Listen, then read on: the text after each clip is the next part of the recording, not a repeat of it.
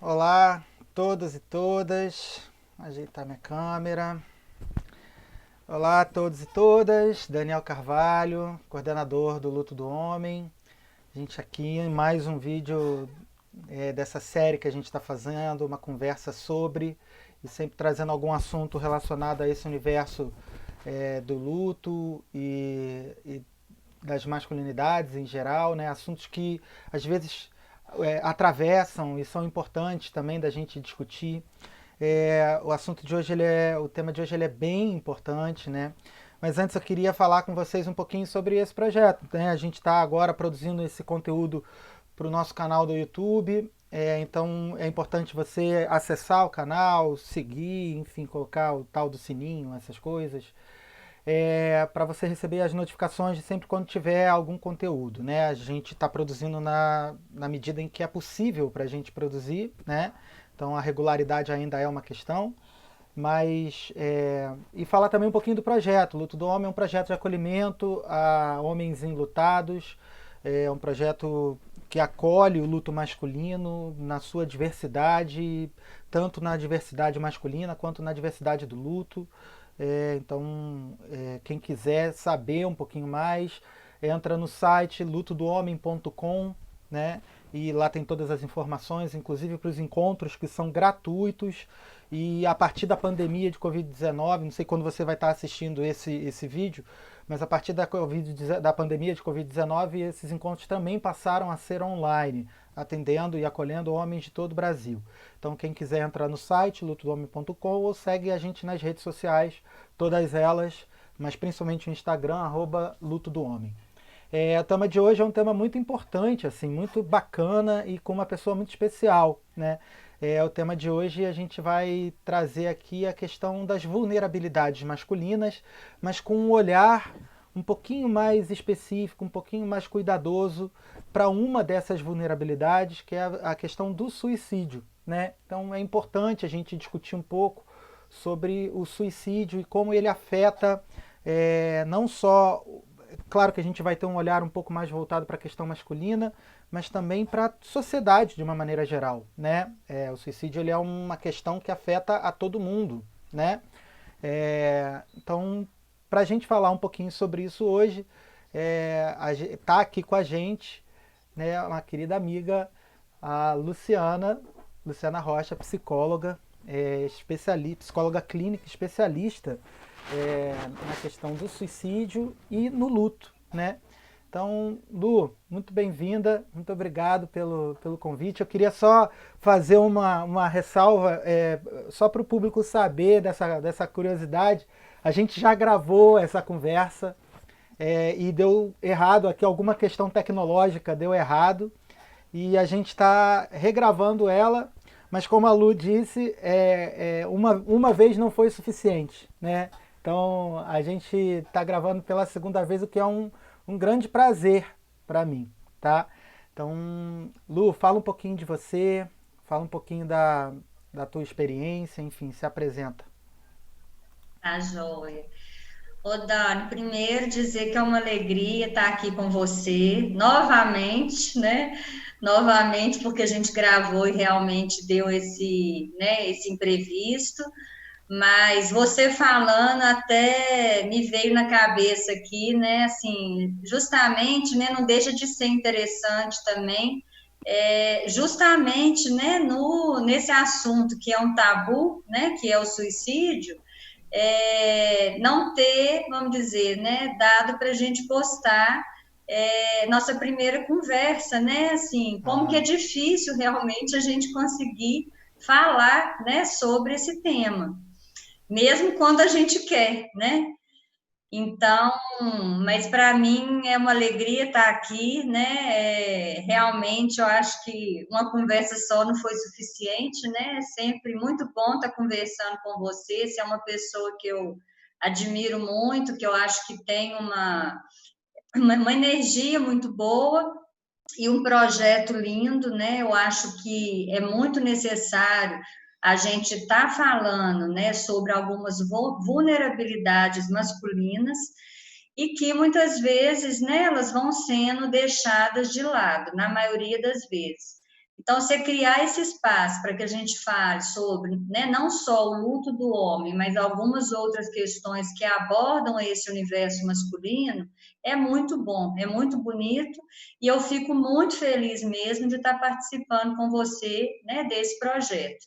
Quero, quando a pandemia passar, ter o prazer de estar podendo fazer alguma coisa presencialmente junto com você, tá? Ah, com certeza. E com relação, né, à minha apresentação, né, eu sou Luciana Rocha, psicóloga de Belo Horizonte. Eu atuo há mais de 20 anos na clínica e me especializei há aproximadamente 4 anos, né, nessa área aí de suicídio e luto. Atendo hoje, né, a maioria das pessoas no meu consultório são pessoas enlutadas, né, por suicídio ou não, e pessoas também, né, que têm ideação suicida. Então, esse é o meu, né, o meu foco maior aqui, né? As pessoas me procuram muito, né, por causa dessas questões, não que eu não atenda, né, outras, né, a psicologia geral, mas até mesmo porque poucas pessoas trabalham com esse tema. Então, eu acabo sendo procurada até por, né, não terem pessoas especializadas que falem sobre isso. E eu, né, acabei resolvendo, né, estudar, me especializar nesse tema, porque eu tive uma experiência pessoal.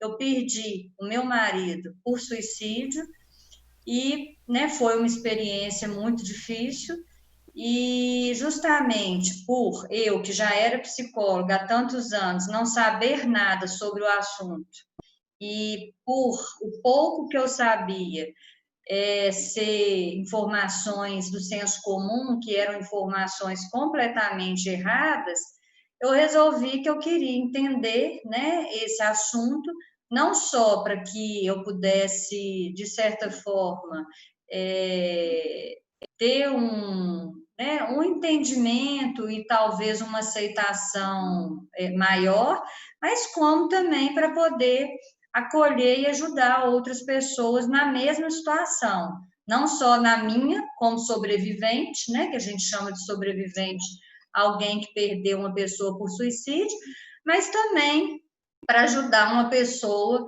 né, que esteja pensando na possibilidade de tirar a própria vida, porque se a gente não fala sobre isso, né, se a gente não faz o que a gente chama de psicoeducação, a própria pessoa também que está pensando em tirar a própria vida, ela não sabe, né, o que ela poderia estar fazendo para pedir ajuda. Então, eu faço esse meu trabalho assim com muito amor, muita alegria, sabe? E eu acho que virou meio que uma missão. Você aí na sua fala, você falou uma coisa muito que eu acho que é muito significativa, né? É, você menciona, né, até falando de um lugar que é muito seu, quando aconteceu essa experiência pessoal na tua história, do quanto a gente não fala sobre isso, não tem informação sobre isso, né? E através de uma tragédia na sua vida, você descobriu a importância de se falar sobre isso e de ir atrás de mais informações e de se colocar esse assunto na mesa para ser discutido, né? Queria que você falasse um pouquinho sobre isso. Por que você acha que esse assunto ele é tão pouco, ou até arrisco a dizer, tão mal discutido na nossa sociedade? Né? Quer dizer, o que acontece no nosso mundo e na nossa sociedade que faz esse assunto ser tão difícil? São vários fatores, Dani.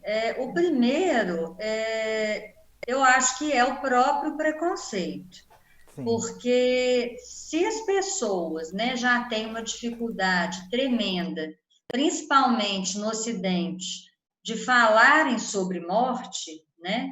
Você imagina falar sobre suicídio, aonde, né, a pessoa que é, a pessoa que, vamos dizer, né, algumas pessoas utilizam esse, né, esse falar que é assim, a própria pessoa, o assassino é também a vítima, seria isso. Eu não gosto muito não, mas seria isso, né?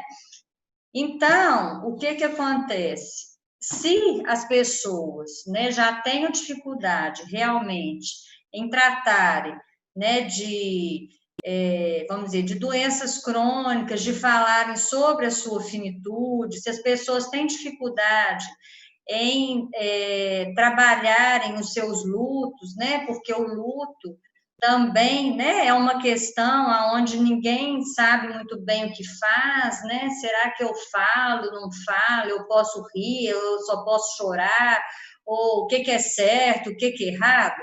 Há uma confusão e uma dificuldade em se falar sobre isso tudo, e aí quando entra o suicídio, acho que a primeira barreira é essa, é a dificuldade em se falar sobre morte.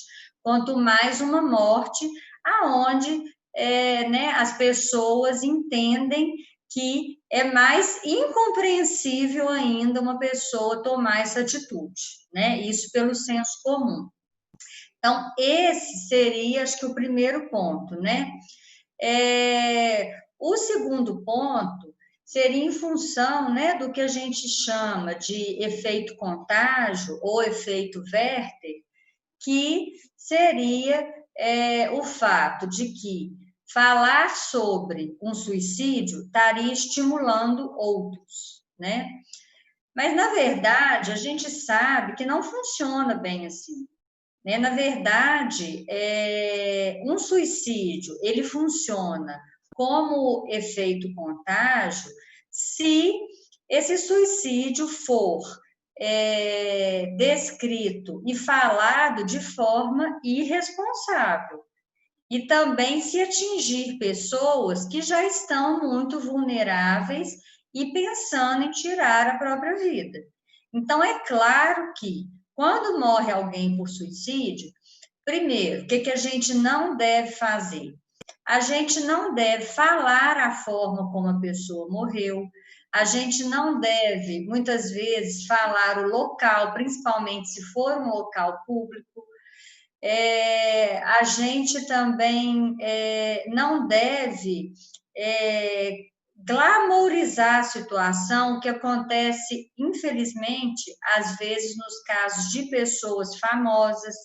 Agora, se a gente, diferentemente, fala sobre uma morte por suicídio, explicando o que é, né, quais seriam as causas que levariam uma pessoa a tirar a própria vida, quais seriam os fatores de risco, o que a gente poderia fazer para ajudar essas pessoas, aí, na verdade, essa morte, ela poderia trabalhar de forma a ajudar na prevenção de outras, né, para que isso não aconteça. Mas, como se fala muito pouco, e a própria imprensa acredita que não se pode, né, divulgar nada sobre suicídio na mídia, então a gente acaba tendo isso cada vez mais escondido, sendo que hoje, né, a gente sabe que aproximadamente 1 milhão de pessoas tira a própria vida por ano. Então, quer dizer, não é brincadeira, não é uma coisa que a gente pode simplesmente guardar, colocar ali, né, no armário, trancar e jogar a chave fora, porque está escancarado, né? Muita gente, quer muita dizer, gente, né? é muita gente. A cada 40 segundos, Dani, uma pessoa tira a própria vida. Né? Então, é muita gente. No Brasil, a cada 45 minutos. E isso, assim, a gente sabe que esse número é muito maior. A gente fala isso aí é porque são as mortes por suicídio que são notificadas. E as Esse mortes que não número, são notificadas? não, esse número que você traz caracteriza, talvez, eu estou pensando aqui, colocando a questão, né? Caracteriza a questão do suicídio como uma questão de saúde pública, não? Exatamente. O suicídio, ele é uma questão de saúde pública, ele é um problema de saúde pública, né? Porque ele não tem sua devida atenção. Porque no Porque para a momento. gente trabalhar, Dani, a Ah, prevenção ao suicídio, o que que a gente precisa? A gente precisa, primeiro, de propagandas, né? Eu acho que deveria haver propagandas, igual você faz assim, prevenção a AIDS na época de carnaval, sim. ou outro tipo de doença, vacina, deveria se falar de forma né, responsável sobre o suicídio, né, para mostrar que não é, né, normal. O que, que eu digo de normal? Uma pessoa que está em sã consciência, né, uma pessoa que não está adoecida, não pensa em se matar, entendeu? Então, a gente precisa falar sobre saúde mental, né, sobre doença mental, desmistificar também doença mental, porque doença mental não é somente, né, aquela pessoa, por exemplo, que a gente vê na rua completamente fora de si, enlouquecida, catando, sei lá, coquinho, pedra, não é isso. Isso aí é a pessoa que chegou num ponto da doença realmente aonde que ela já está num surto psicótico.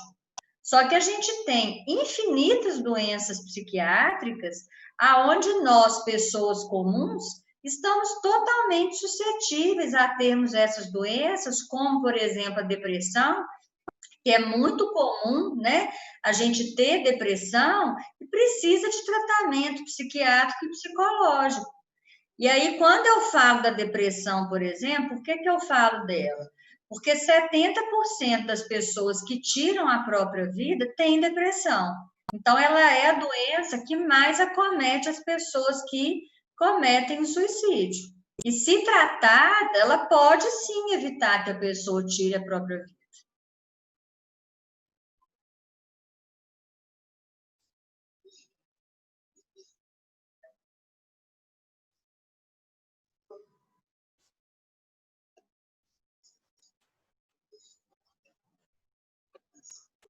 Isso,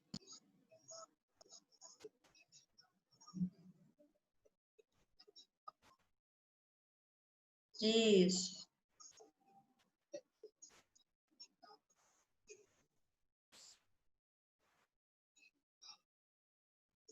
Esse número é mundial. O número no Brasil é a cada 45 minutos. E lembrando, Dani, que para cada morte por suicídio, nós temos estimadas que são 20 tentativas. Isso, para cada morte.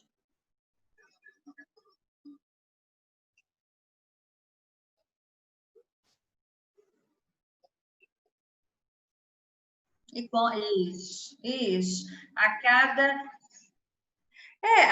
na verdade, a cada, mais ou menos isso, a cada 2 minutos tenta tirar a própria vida. E no mundo, a cada 3 segundos, Dani, É, alguém tenta tirar a própria vida. então, o meu áudio eu acabei vendo que estava mudo, vou repetir.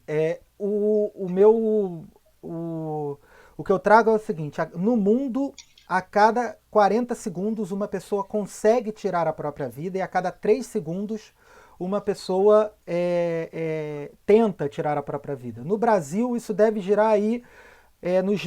A cada 2 minutos, uma pessoa tenta, e a cada 45 minutos ela consegue tirar a própria vida. Nesse momento que a gente está gravando o vídeo, o Brasil ele tem mais ou menos uma morte por Covid a cada minuto.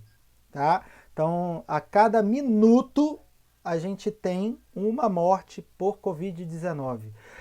Eu digo isso por quê? Porque se a gente encara a Covid-19 como uma questão de saúde pública, o suicídio ele está em taxas muito semelhantes no mundo e no Brasil. No mundo, eu acho que é até mais alarmante.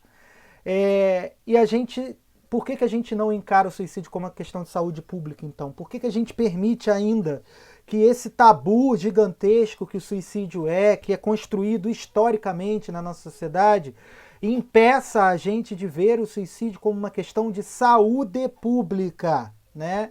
Então é preciso que a gente tenha Exatamente. políticas públicas efetivas, pensadas, planejadas, né, para a questão do suicídio. Né? A gente encarar esse tema como um tema que precisa de planejamento público. Né?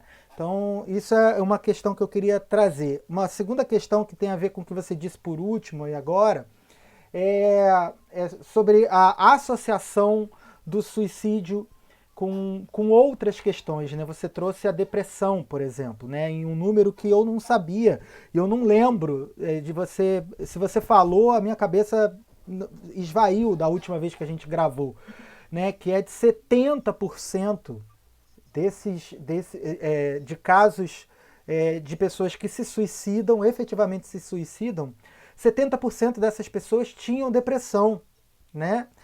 Isso é muito, muito importante da gente caracterizar, né? Quer dizer, o que está associado ao suicídio, né? Quais são as outras vulnerabilidades que se associam ao suicídio e como é que elas colaboram para o ato suicida mesmo, para a pessoa que está tendo ideação suicida, para ela chegar efetivamente ao ato, ou enfim, né? Quer dizer, você falou da depressão, mas eu traria aqui, é, talvez, assim, como leigo, né, o que eu associo, que é a questão do alcoolismo, a questão da adicção em drogas, a questão da depressão, a questão da ansiedade, né, ou outros transtornos, né, não sei se transtorno bipolar está associado, enfim, outros transtornos psiquiátricos que possam estar associados à questão do suicídio. Eu queria que você falasse um pouquinho sobre essas questões das vulnerabilidades associadas ao suicídio. Certo. Né, a bipolaridade, como você mesmo disse, Dani, ela é muito comum também. A segunda doença que mais acomete as pessoas que tiram a própria vida. Nós temos, né, o suicídio, ele é multifatorial. Então, isso é uma coisa muito importante para a gente pensar, porque quando uma pessoa perde alguém por suicídio, e aqui no consultório eu atendo, né, várias pessoas que são sobreviventes, geralmente essas pessoas chegam com muita culpa, né? Imaginando que a pessoa possa ter tirado a própria vida em função de algo que essa pessoa fez, né? Alguma discussão, alguma coisa. E aí é muito importante a gente lembrar que o suicídio, ninguém se mata por causa de uma coisa apenas, né? São várias coisas juntas. Então, são fatores sociais, fatores culturais, né? Emocionais, né? Biológicos, culturais. Então, aí, né, quando a gente pega isso tudo, e aí, quando você aborda, por exemplo, algumas questões, né, o alcoolismo, o uso de drogas,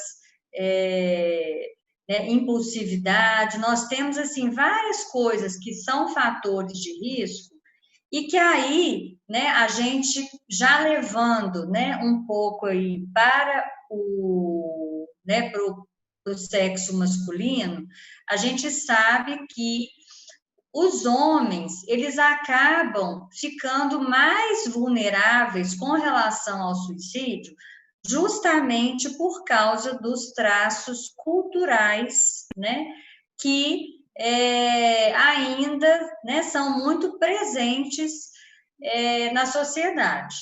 Então, por exemplo, no caso da depressão, né, ou de qualquer doença mental, porque lembrando o seguinte, que 100% das pessoas, né, que morrem por suicídio têm uma ou mais doenças mentais. Então, essas pessoas, quando estão adoecidas, a gente sabe que percentualmente as mulheres elas buscam mais ajuda do que os homens. Então, elas procuram, né, o psicólogo, o psiquiatra, muito mais do que os homens. E por que isso?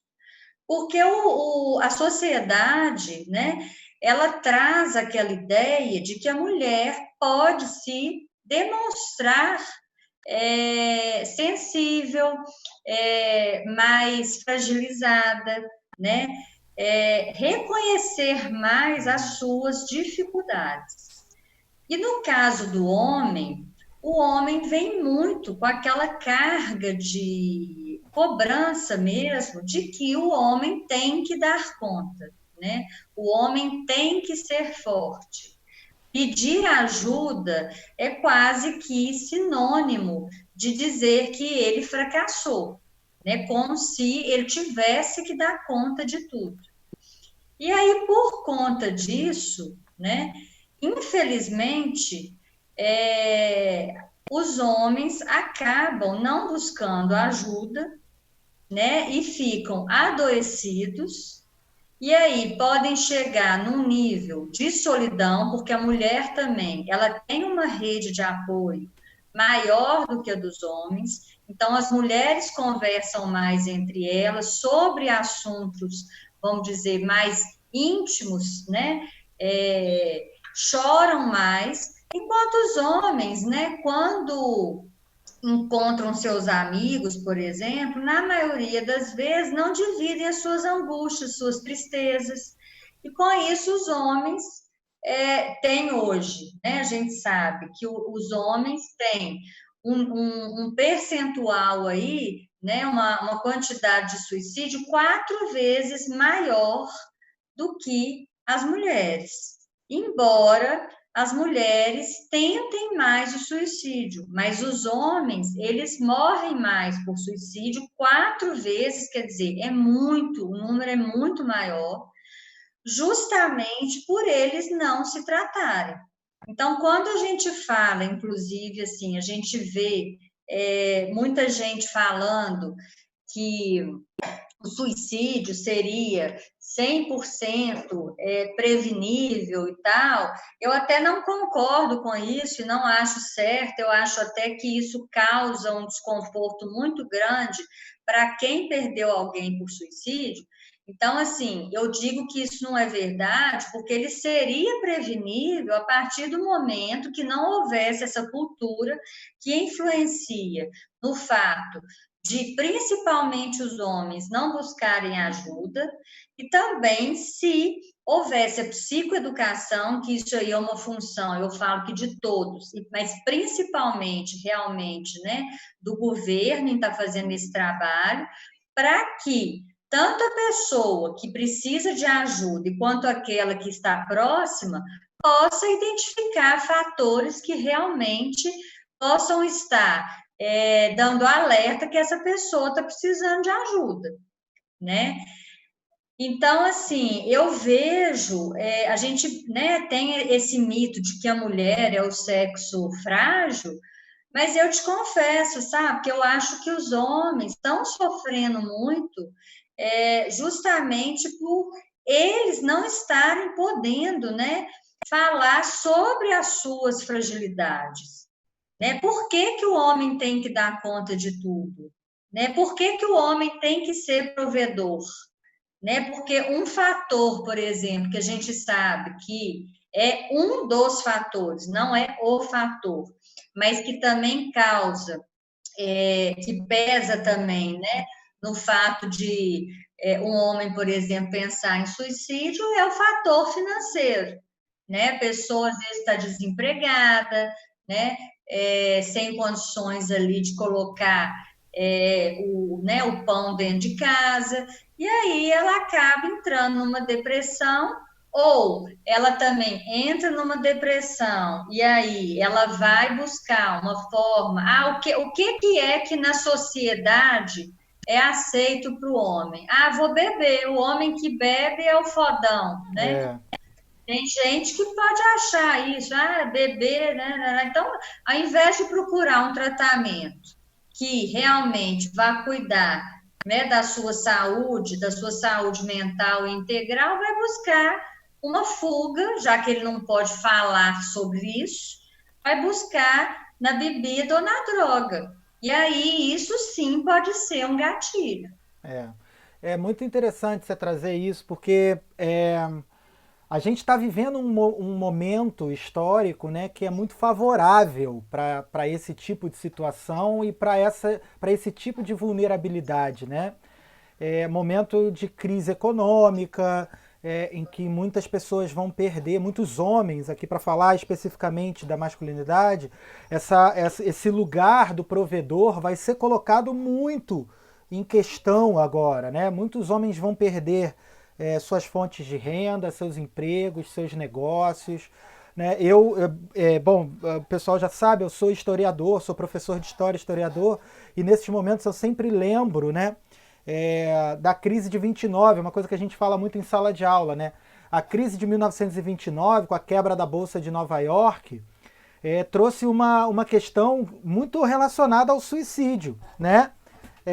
Então, o suicídio foi uma questão muito forte nesse momento histórico. Muitas pessoas, se não me engano, a noite de outubro de 29, quando a queda, acho que era 24 de outubro, do dia para a noite, muita gente se tacou de prédios, né? Quer dizer, uma coisa muito forte com o suicídio. Muitos homens, principalmente, porque viram sua fonte de renda, quer dizer, perderam tudo do dia para a noite. Então a gente está vivendo um momento em que essa questão é muito delicada, né? E que a gente precisa olhar para isso. A gente precisa olhar para isso como saúde pública, né? Porque como é que você enxerga essa questão? Isso é uma questão que eu queria trazer, né? Como é que você enxerga essa questão desse momento que a gente está vivendo em relação à questão do suicídio, especificamente? E se você quiser trazer também as outras vulnerabilidades, enfim. É, Nesse momento de pandemia, né? Quer dizer, como é que isso está sendo olhado pela psicologia e principalmente por pessoas como você que são especialistas, né? Que estão olhando para isso com um olhar mais cuidadoso. É, E a outra questão eu deixo para depois. Vamos lá. Ô, Dani, nossa, eu estou muito preocupada, porque, né, como você disse, né, a gente que estuda o suicídio e tem visto aí, né, tanto dados históricos quanto o que a gente já tem percebido em consultório, né, um aumento grande de ansiedade, doenças psiquiátricas que antes não tinham sido desencadeadas, aparecendo agora, né, em função dessa incerteza, né, o número de pessoas deprimidas está, né, realmente aumentado.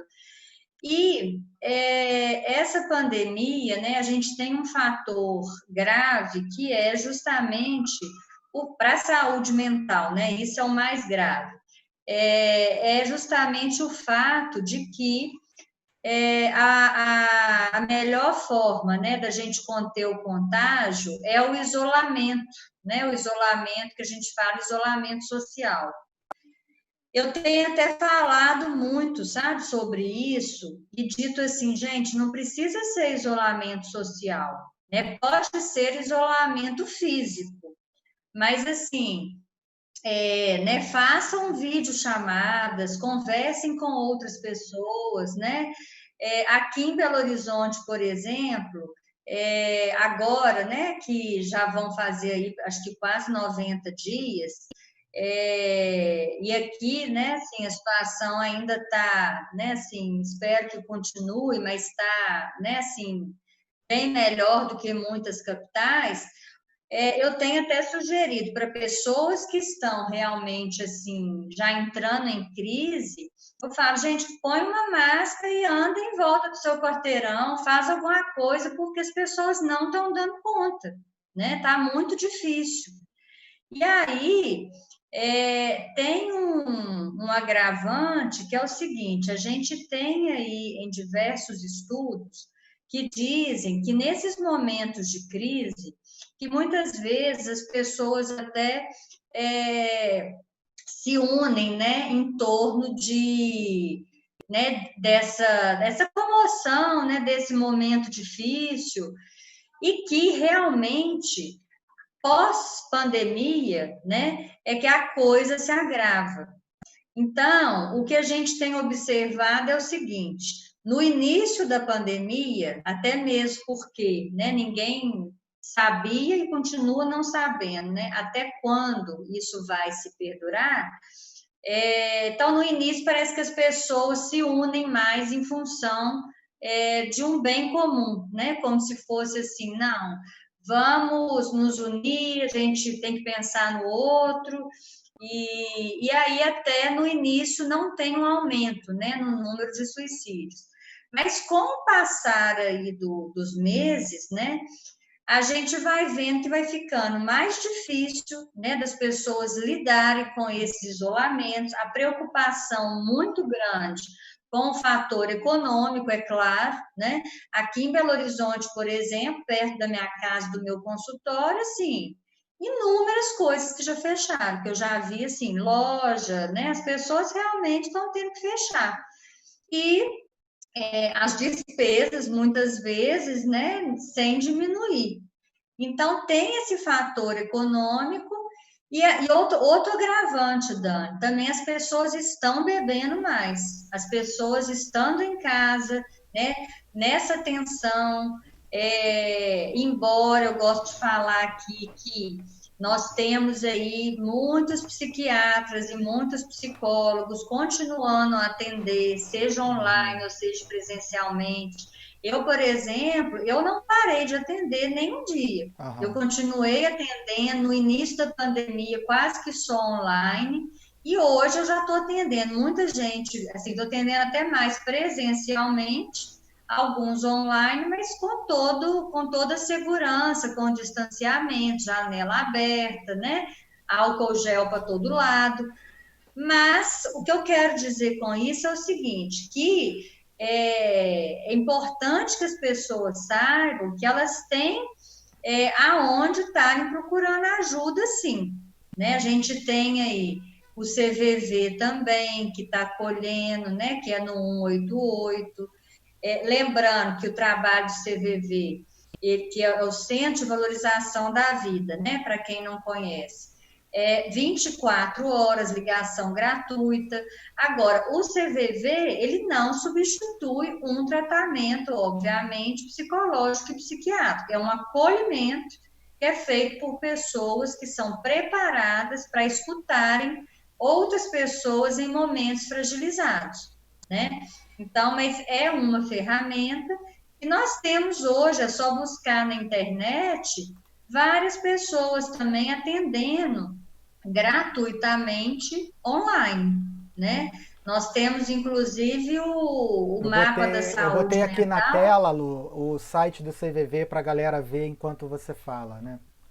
Ah, que ótimo. Pois é, muito bom, né? O CVV, ele é um grande aliado, ajuda muito nesse momento, porque às vezes a pessoa está precisando extravasar, porque é diferente, né? Assim, a pessoa que está com a ideação suicida, o CVV, ele vai amenizar, ajudar naquele momento, e a pessoa depois tem que procurar uma ajuda profissional. Agora, se for uma angústia momentânea, o CVV pode acolher, Aham. né? Então, ajuda muito. E fora isso, Dani, foi criado não deve ter nem talvez um mês, um site, né, que chama Mapa, não é site mesmo, é Mapa da Saúde Mental, que você entra e eles colocam já, você coloca a sua localização, ele está ligar diretamente ao Google Maps e ele já localiza perto de você aonde tem profissionais, né? Eu não sei se é só psicólogos ou se também tem psiquiatras, mas pessoas que estão atendendo gratuitamente perto da sua casa, online. Ou se for urgente, a pessoa talvez esteja atendendo presencial, né? Mas aí, assim, por que que eu estou dizendo isso?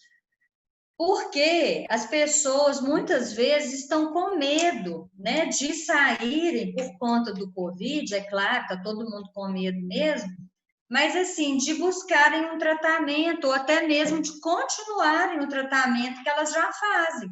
E aí, com isso, o nível, né, assim, o risco dessa pessoa que já estava adoecida, ela ter uma crise, né, e pensar em tirar a própria vida, é muito grande.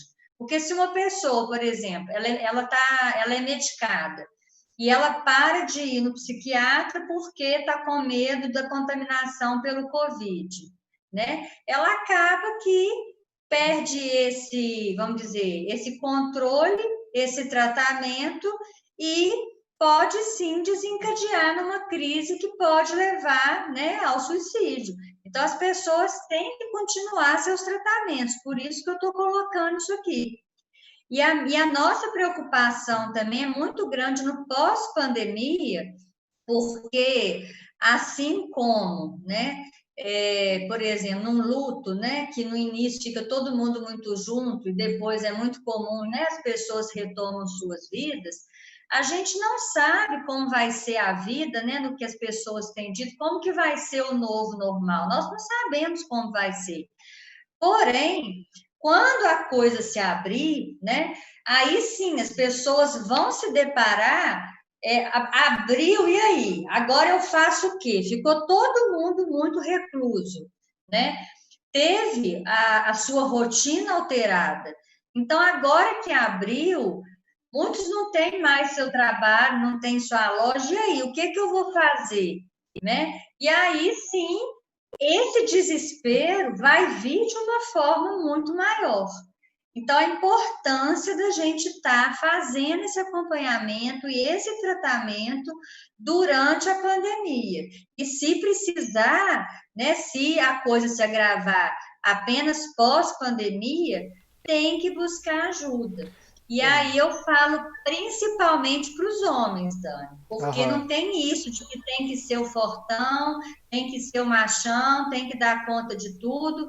Eu falo por experiência própria, aí eu posso falar por mim, né? Aham. Mas um marido ou um amigo, né, que está ali frágil, precisando de ajuda, do que uma pessoa que tirou a própria vida e você não tem mais como Claro. resolver essa situação. A vida humana, ela é o maior valor que a gente tem, né? Então ela deve ser, nenhum esforço deve ser preservado para, quer dizer, nenhum esforço deve ser deixado de lado para preservar Ficou a vida mudo. humana, né?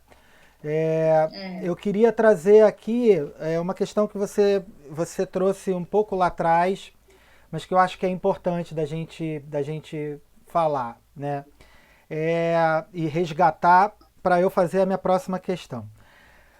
A gente falou, se fala muito sobre a questão do suicídio como algo individual, né? Então é um problema do indivíduo, né? Um problema que ele carrega, né?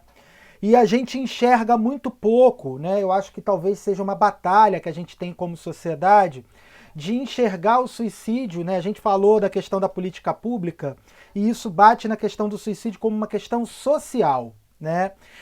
Aí tem vários estudiosos que a gente pode resgatar, talvez lá o Durkheim, que é um texto clássico sobre suicídio, onde ele traz um pouco esse debate sobre o indivíduo e a sociedade, né? É, e eu acho que é extremamente importante a gente enxergar qual é o quinhão que a gente tem, né? Qual é a nossa parte nesse latifúndio, né? Do suicídio do outro, né?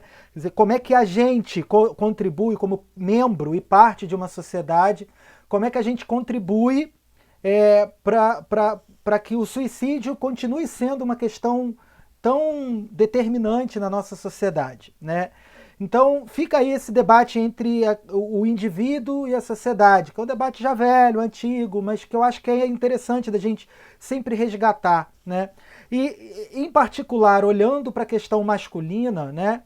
E olhando para a questão das masculinidades, como é que essa construção social, histórica de uma masculinidade, que alguns chamam de tóxica, outros chamam de masculinidade prejudicial, enfim, essa masculinidade que a gente tem, independente do nome que a gente use, a masculinidade que está hoje, que a gente construiu como sociedade, né? Como é que essa masculinidade contribui para o suicídio. A gente mencionou aqui algumas questões, né? Essa masculinidade toca no lugar do provedor e, portanto, vai ser determinante em alguns casos de suicídio. Essa masculinidade toca num lugar de fragilidade versus força e, portanto, vai ser determinante em alguns casos de suicídio. Então, assim, só trazer essa dimensão social, né, dessas vulnerabilidades. A gente está falando do suicídio, mas também toca na questão do alcoolismo, de comportamentos de risco, comportamentos violentos, adicção, enfim, toca em depressão, né, que é uma questão que tem a dimensão muito forte de uma doença química, mas que também tem o peso social do olhar da sociedade para a depressão. Então, tudo isso rebate nessa masculinidade, né? Dito isso, a questão que eu queria te colocar a gente fala muito de prevenção ao suicídio, né? Então, como prevenir o suicídio, é muito importante que a gente discuta isso. Mas eu queria trazer para você, para o público, né, e colocar para você, Lu, para você falar um pouco sobre um termo, inclusive, que eu só aprendi entrando em contato com o trabalho que eu estou fazendo hoje lá no Luto do Homem, que é o da pós-venção, né? Quer dizer, o que acontece, como é que a gente lida com o depois que o suicídio aconteceu. Né? E, se não me engano, é o suicídio ou também a tentativa de suicídio. Né? A pós-venção ela tem essa dimensão. Aí me corrija. Mas como é que a gente lida com o depois, né? Com as pessoas que ficam, por exemplo, né? Com o pai ou a mãe que perdeu um filho para o suicídio, o esposo ou a esposa que perdeu um companheiro ou companheira para o suicídio, quer dizer, a pessoa ou as pessoas que perderam alguém para o suicídio. Como é que é esse luto? Como é que a gente lida com isso? E em algum momento da sua fala, talvez trazer um pouquinho essa dimensão masculina, não só do homem que fica, mas da mulher que fica porque o homem foi, né? Então, te ouvir um pouquinho nesse lugar da pós-venção e do depois, né? Do luto, a dimensão do luto do suicídio. Tá. Ô, Dani, o luto, né, por suicídio é um luto muito difícil, geralmente, né? Eu digo geralmente porque, né, a gente sabe que, né, o luto ele é individual, é único, porém, quando, né, uma pessoa perde alguém por suicídio, a pessoa, muitas vezes, junto com aquela perda, ela percebe que há um preconceito das outras pessoas com relação a essa morte, né? É meio que assim, ai, que estranho. Eu pensava que aquela família era normal, né?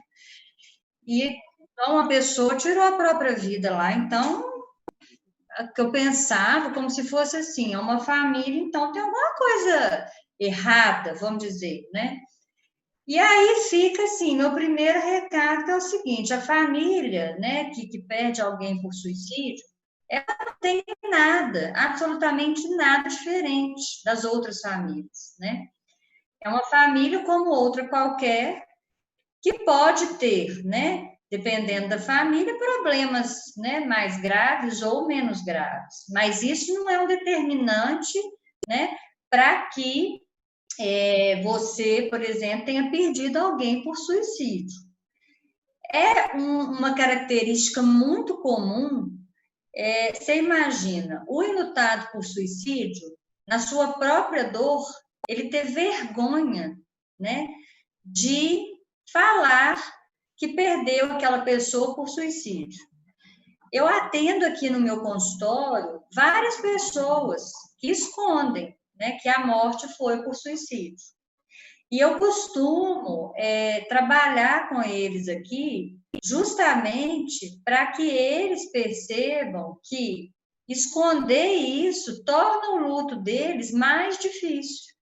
Só que eles não falam justamente porque eles acham que vão ser julgados, né? Porque aí eles acham que os outros vão falar, nossa, mas ele ou ela não fez nada, né? Porque há uma cobrança, né?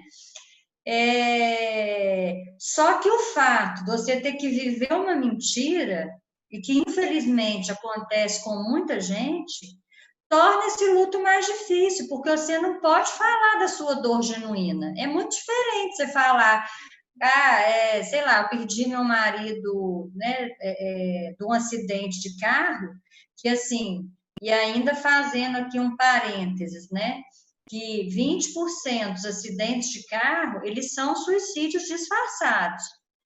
Então, esse número, por exemplo, que a gente fala, quando a gente fala que 1 milhão de pessoas tiram a própria vida por ano, isso né, é o número de pessoas que foram notificadas com suicídio, porque a gente sabe que o número é muito maior.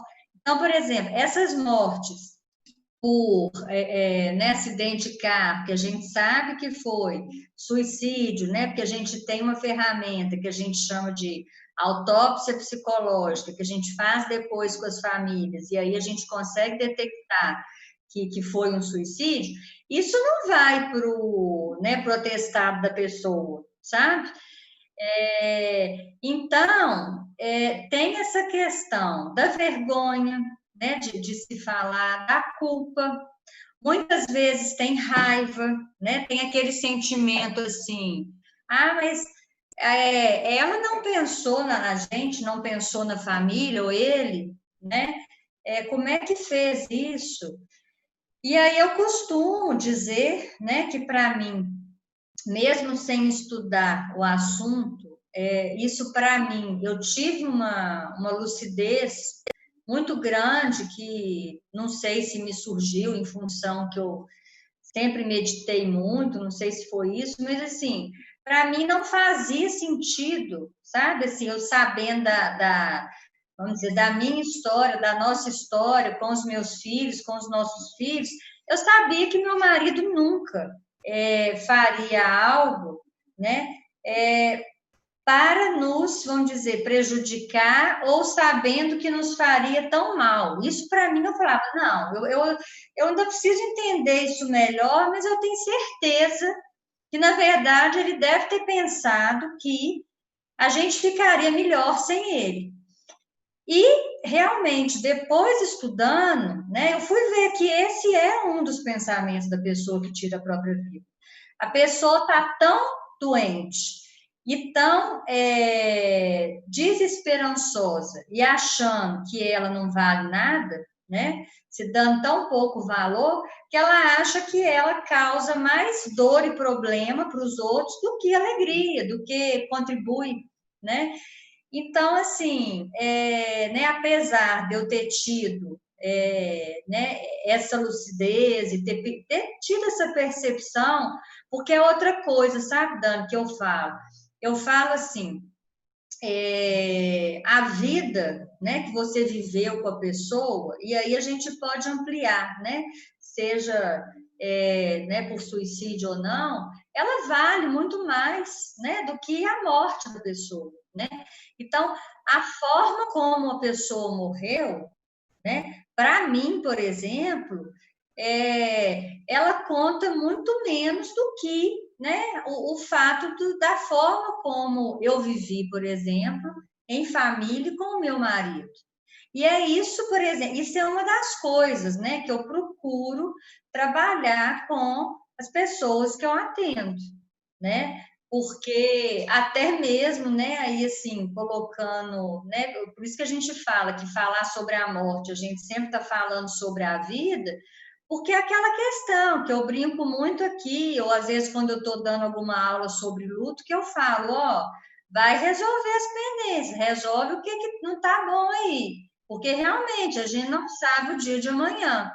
E quando você perde uma pessoa que você teve uma boa relação, né, que né, não ficaram pendências, ou se ficou, foi coisa muito pequena, que não, né, não foi, né, não fez muita diferença, você consegue vivenciar esse luto de uma forma muito mais leve e muito melhor.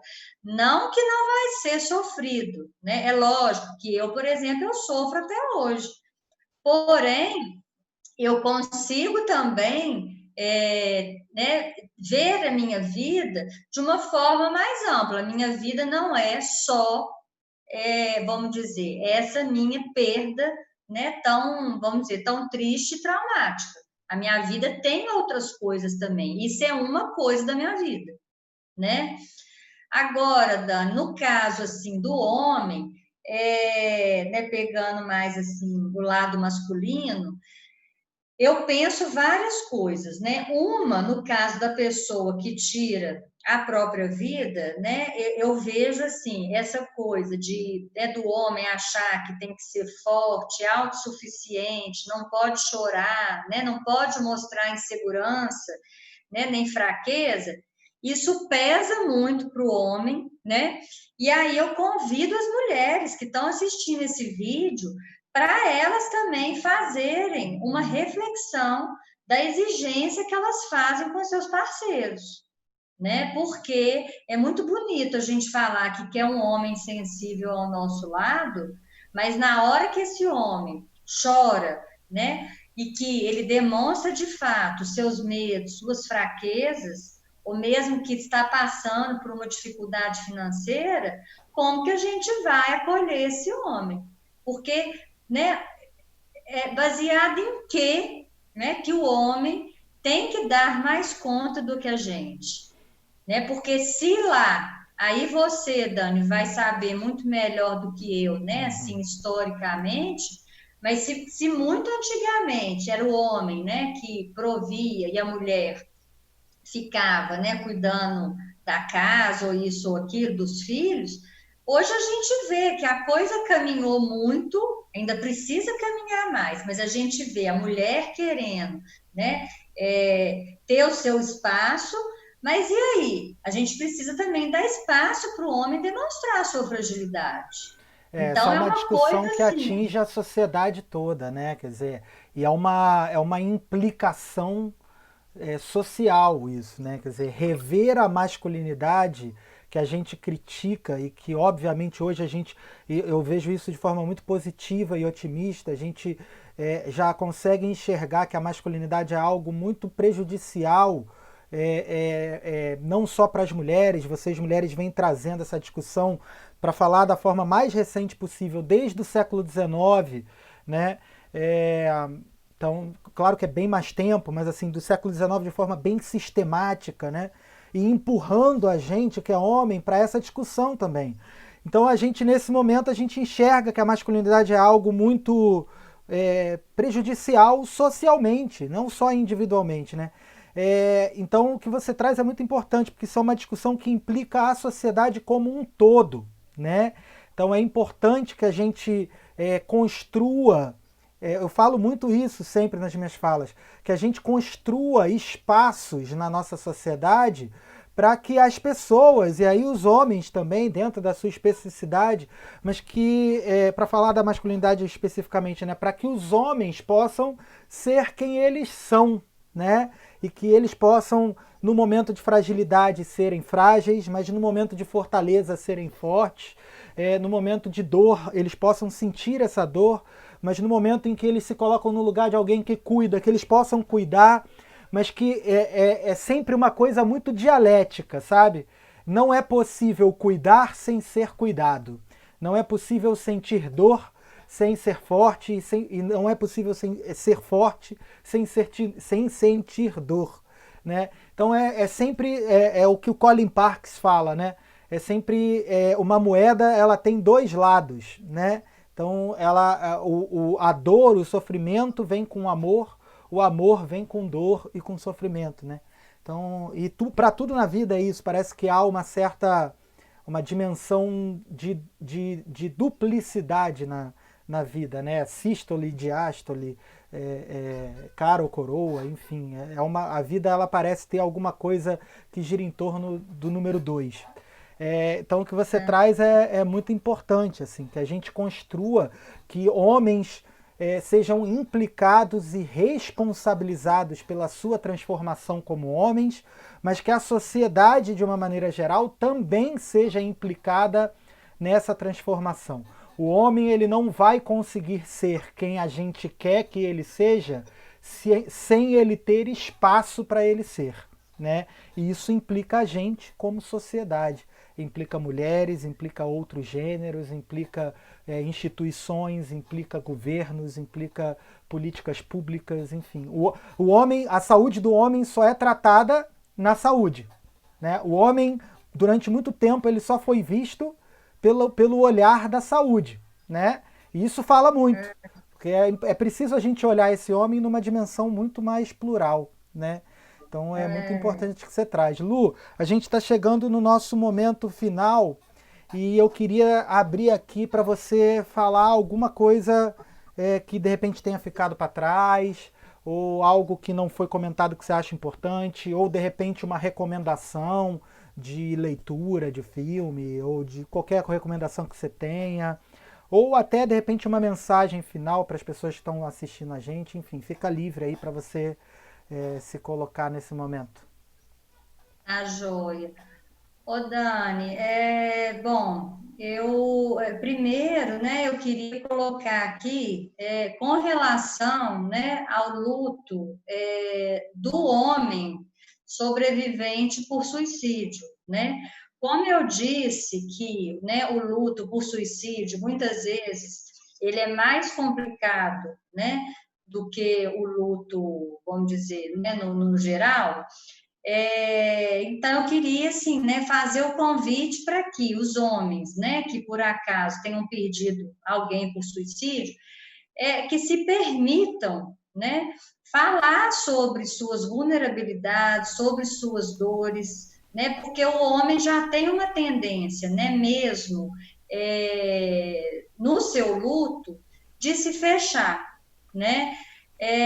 Mas eu queria falar assim que, né, que vocês não estão sozinhos e que, né, principalmente, né, nós que somos sobreviventes, a gente entende, né? A gente entende a dor, a gente entende, né, as cobranças. Então, não guarde isso para você, né? Então, esse seria, assim, minha primeira observação. A segunda, você falou assim de algum livro, algum filme. Eu acho que no momento atual, um filme que eu tenho pensado muito é o filme do Coringa, né, que ganhou o Oscar. É um filme lindo, né, assim, chocante. Mas eu tenho lembrado muito dele, principalmente em função do que essa pandemia pode nos trazer. Porque no caso do filme, a gente vê, né, que o Coringa ali, ele realmente, ele teve um agravamento da sua saúde mental, foi justamente quando ele parou, infelizmente, ele não teve mais acesso aos seus tratamentos, tanto psicológico quanto psiquiátrico. Porque até então, mesmo com todos os traumas que ele sofreu e todas as dificuldades, né, e todo também gozação, bullying que ele tinha, mas ele conseguia levar uma vida assim, mas ele conseguia se adaptar um pouco melhor. Mas a partir do momento que ele não, né, não tem condições de se tratar mais, aí realmente ele entra, né, em várias crises e até surtos. Então, fica aqui, né, o meu convite também para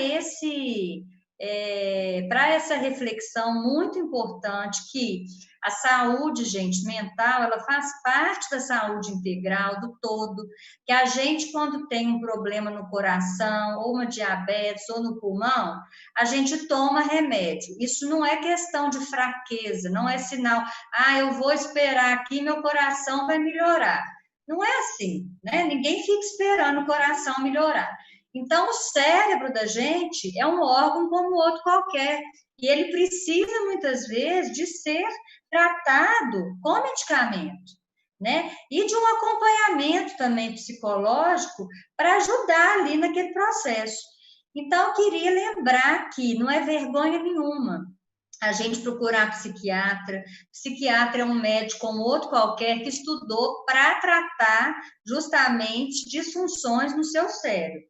Então, doença psiquiátrica, ela não vem porque a gente quer, não é fraqueza, não é falta de Deus, porque senão, inclusive, o próprio padre Fábio de Mello, que eu adoro, não teria tido depressão, né? Então, fazer esse convite também. E por último, Dani, eu só tenho a agradecer mesmo, falar que é sempre muito bom conversar com você, né? Eu espero que essa conversa nossa possa ajudar aí muitas pessoas, né? E que qualquer coisa também que alguém tenha dúvida, eu estou à disposição. Eu tenho, né, meu Instagram, que é o luciana.psicologia, que eu só abordo essa temática. E se alguém precisar de alguma coisa, né, pode me mandar mensagem por lá. E no mais, eu sou só gratidão por estar aqui com você. Ah, obrigado, Lu. Obrigado. Foi um papo muito bom. Dessa vez eu já estou te dizendo que eu estou vendo aqui que deu certo. O papo ficou gravado. Então agora a gente tem aí, a conversa vai sair mesmo. Queria muito te, Ah, que bom. eu queria muito te agradecê-lo, muito mesmo, pela disponibilidade de sempre, pela pessoa que você é, pelas informações que você traz e pela discussão que você traz, e principalmente por ter se disponibilizado uma segunda vez para a gente fazer isso. Foi muito bom, assim, eu acho que o segundo papo, se não foi tão bom quanto o primeiro, foi talvez até melhor. Queria te agradecer muito, assim, e dizer que eu também estou à sua disposição para o que você precisar. Dizer para o público, sigam a Lu no Instagram que ela falou, tem bastante conteúdo. Ela é uma referência sobre o tema, né? Tem se colocado publicamente para falar sobre isso. E razão até pela qual a gente quis trazer ela aqui no projeto, além de ser uma pessoa maravilhosa, óbvio. Então, muito obrigado, Lu. Muito obrigado a todo mundo que ficou com a gente até aqui no final. Tá aí na tela de vocês. Sigam o Luto do Homem nas redes sociais, @Luto do Homem, principalmente o Instagram. Mas a gente também tem Twitter e Facebook que a gente não usa muito ainda, mas tá lá. E também quem quiser mais informação sobre o projeto, lutodohomem.com, entra lá no site, você vai ter todas as informações que você precisa sobre os encontros que acontecem, por enquanto, nessa pandemia somente online, mas assim que a pandemia acabar, eles vão voltar a acontecer de forma presencial. Tá? Para além disso, sigam aqui o canal, recomendem o canal, a gente está começando a produzir conteúdo sobre as questões relativas ao luto masculino. Então sigam o canal, recomendem ele, ativem notificações e tudo aquilo que vocês sabem já em relação ao YouTube. Gente, muito obrigado por terem ficado aqui. Lu, mais uma vez obrigado. A gente vai encerrar o vídeo aqui agora e até a próxima. Obrigada, Dani. Um beijo.